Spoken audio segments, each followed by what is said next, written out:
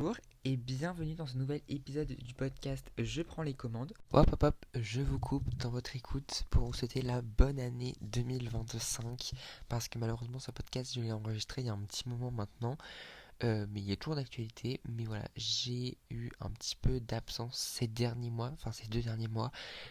Évidemment, encore une fois, à cause des cours, j'espère que ça ne vous aura pas trop dérangé, parce que je pense que vous aussi vous aviez plein de travail. Mais voilà, j'espère qu'il vous plaira, et moi je vous laisse avec la suite. Aujourd'hui, on se retrouve pour un épisode où on va parler des réseaux sociaux et plus particulièrement de l'exposition des jeunes enfants, l'exposition des Sephora Kids, etc. comme vous pouvez retrouver sur Instagram, TikTok majoritairement. On va tout de suite commencer dans le vif du sujet en parlant de cette exposition des enfants. Alors premièrement, moi j'ai commencé à voir cette trend, on va appeler ça comme ça, au mois de janvier-février. Et c'était quelque chose que je voyais très rarement, je voyais une fois ou deux. Et récemment, c'est quand même revenu plus souvent, en particulier une petite américaine qui est revenue dans mon feed Instagram. Alors, j'ai pas compris pourquoi elle est revenue là, alors sachant que je skip à chaque fois ces vidéos.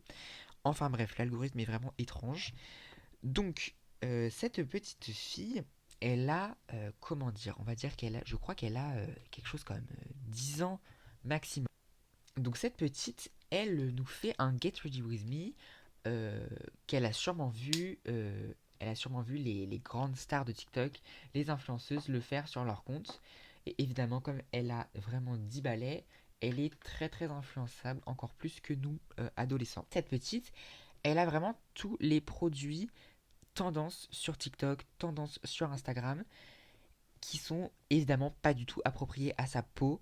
Il y a des choses avec des rétinols. Donc les rétinols, c'est souvent pour les rides ou alors les imperfections, les boutons, les grosses rougeurs, etc. Enfin, je vous passe le cours de génétique, le cours de skincare.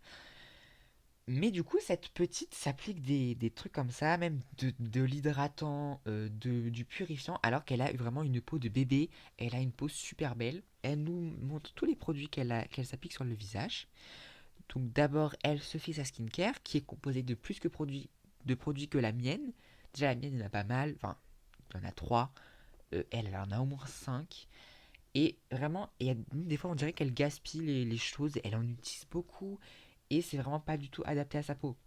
Et par la suite, euh, je suis tombé sur deux trois reels à elle. Donc des fois, elle, enfin sur deux je crois, elle se maquille juste après. Et donc en fait, cette petite, elle est, donc à mon avis, elle est en primaire, vous voyez, au début collège. Et elle se lève à 6h30, voire plus, encore plus tôt, pour se préparer, se maquiller. Ce qui me semble tout à fait illogique. Et donc elle se maquille alors qu'elle n'a vraiment pas besoin de se maquiller. Et elle se rajoute des tonnes de trucs sur sa tête. Bon, encore le maquillage, ça va, elle n'en met pas une tonne non plus. Mais tous les produits qu'elle se rajoute, je me dis, mais c'est pas normal. Comparé à moi, par exemple, quand j'avais 10 ans, moi je vous explique, quand j'avais 10 ans, bah, je sais pas, je jouais au Playmobil, je jouais, enfin avant, je jouais encore aux voitures, etc. Vous voyez, des trucs d'enfant, quoi. Et ces petites-là, quand elles demandent des choses à Noël, à leur anniversaire, elles demandent pas des Playmobil, des voitures, des pet shops, ou quoi que sais-je. Elles demandent de la skincare, elles demandent du maquillage, elles demandent des vêtements, elles demandent des objets tendance sur TikTok. Et ça, c'est dû forcément à une exposition super tôt. Parce que cette petite-là, normalement, elle n'a pas le droit d'avoir TikTok, elle n'a pas le droit d'avoir Instagram. Personnellement, j'ai eu Instagram à, il me semble que c'était aux alentours de 12-13 ans. Et c'est vraiment l'âge limite, je trouve. Bon, moi je le voulais forcément avant, comme tout le monde. Mais heureusement que ma mère ne m'a pas autorisé jusqu'à là. Voilà, je trouve que 12 ans encore, c'est limite. 12-13 ans, c'est pas mal. 13 ans, c'est bien. Et le mieux, je pense que ce serait, oui, comme ils disent en ce moment, 15 ans. Parce que là, je sais qu'à 15 ans, j'étais vraiment responsable de ce que je mettais sur les réseaux sociaux. Là, à 16, je suis encore plus responsable. Je sais ce que je mets, je sais ce qu'il faut mettre, je sais ce qu'il ne faut pas mettre. Cette petite, elle est sûrement contrôlée par les parents. Mais je suis désolé, moi en tant que parent, jamais je laisse ma fille faire ça sur les réseaux sociaux à 10 ans. Elle se maquille, elle se lève à je sais pas quelle heure. Cette petite boit des cafés hein, aussi. Elle boit des cafés latte. Donc le matin, elle se fait son café. Et vous rendez-vous bien compte. Elle boit un café alors qu'elle a 10 ans. Moi, à 10 ans, je bois toujours mon chocolat chaud, mais à 16 ans, je bois toujours mon chocolat chaud, ou un jus de fruits, ou je ne sais quoi, mais pas du café. Bon, ça peut m'arriver de prendre un café latte le matin, mais pas à 10 ans, vous voyez. Je trouve ça vraiment illogique de la part des parents de laisser une enfant. Bon, après, elle s'épanouit comme ça. Moi, je préférerais que mon enfant s'épanouisse, je sais pas, dans des jeux, euh, avec ses amis, etc., plutôt que directement sur les réseaux sociaux. Après, si c'est vraiment quelque chose que l'enfant aime, il peut continuer, mais progressivement, et ne pas en dévoiler trop, euh, jusqu'à je dirais à partir des 15 ans. Moi, c'est là que j'ai commencé plus à ouvrir un peu. Avant, mon compte était restreint en privé. Jusqu'à mes 15 ans, presque 16 ans.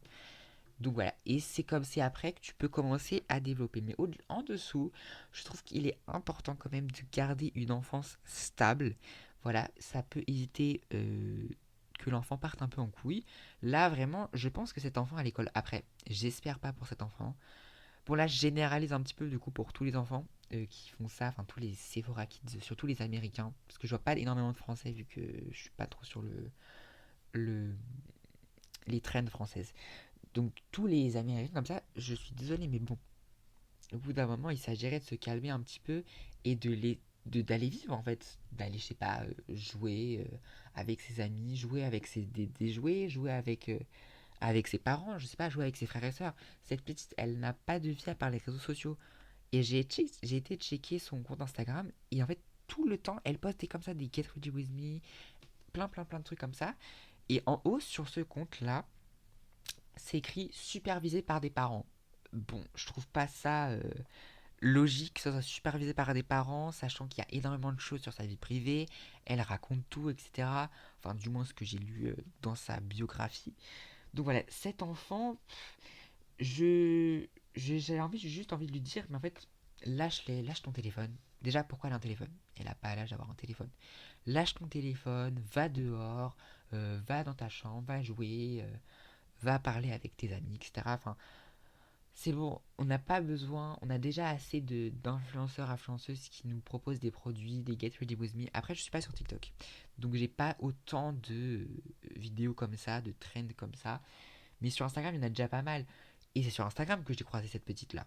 Donc, vous voyez, c'est quand même dangereux.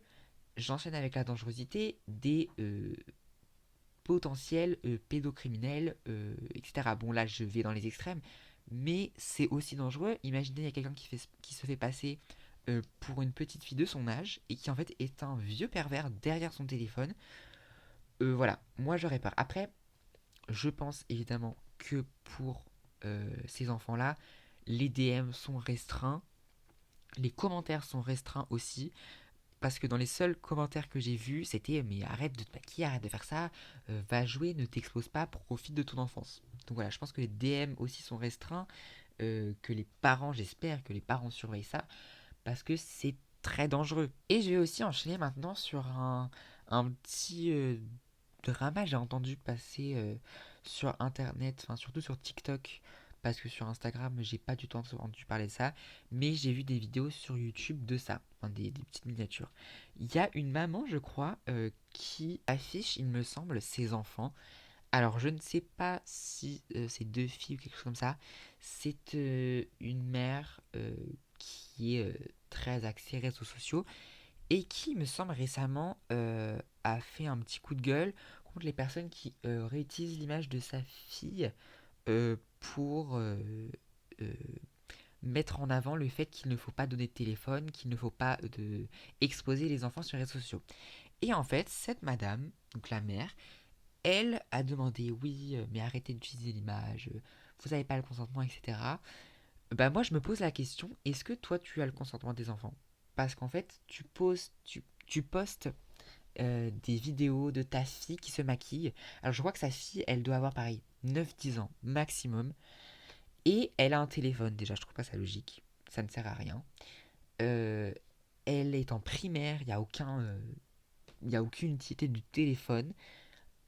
En plus, c'est ça en fait ce qui m'a horrifié le plus, on va dire ça comme ça, c'est que la mère justifie l'usage du téléphone. Elle dit oui, bah, de toute façon, il n'y a pas de connexion extérieure, elles disent que à la maison, et puis elle peut pas envoyer de message, hein, donc dessus il n'y a que des jeux, TikTok, etc. Ça, en fait, je préférais qu'elle puisse envoyer des messages, la gosse, que d'aller sur TikTok. Parce que TikTok, c'est très très très dangereux, je pense. Euh, j'ai eu une passade où je voulais avoir TikTok, maintenant j'ai plus du tout envie. Euh, Sauf pour éventuel euh, développement de réseaux sociaux. Mais je trouve ça quand même une application, je trouve que c'est quand même une application très dangereuse. Et autoriser son enfant de 9 ans à aller sur TikTok, à avoir un compte TikTok, j'espère pas que c'est le compte de l'enfant et que c'est le compte de la mère, parce que je trouve ça très très dangereux. Encore des jeux, vous voyez, bon, c'est pas bien pour le développement de l'enfant, mais à la limite. Mais je préférerais qu'elle ait, je sais pas, un numéro de téléphone pour pouvoir appeler sa mère et envoyer des messages à son père, son frère, enfin, je sais pas, des gens de sa famille, quoi. Plutôt que de avoir TikTok, Instagram, etc. Cet enfant n'a pas besoin de ça. Enfin, je sais pas, elle peut regarder un dessin animé de temps en temps, des films, jouer avec des jeux, encore une fois, je le répète. Mais il n'y a pas besoin d'avoir des réseaux sociaux quand les jeunes, quand ils sont jeunes comme ça. Oh là, on dirait une daronne, c'est affreux. Mais bon, en même temps, je me rends compte aussi parce que j'ai vu, là je prends un exemple bah, des gens dans mon collège l'année dernière, j'ai encore pu observer, enfin c'est fou à quel point donc les générations du type 2000, à partir de 2000, 2000 je dirais 2011, etc. Après, je connais des personnes dans les générations suivantes, et forcément, ces générations, elles sont toujours influencées par ce qu'elles voient autour, mais il faut quand même qu'elles grandissent, premièrement, dans un environnement sain, sans trop de réseaux sociaux, sans trop de tout ce qui est Internet, etc.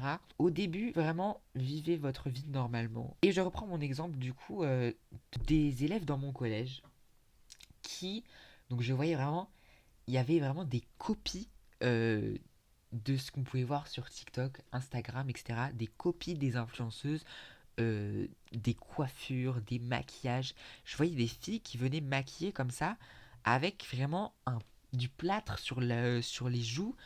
Alors, si tu aimes le maquillage, si tu es fan de maquillage, je comprends très bien.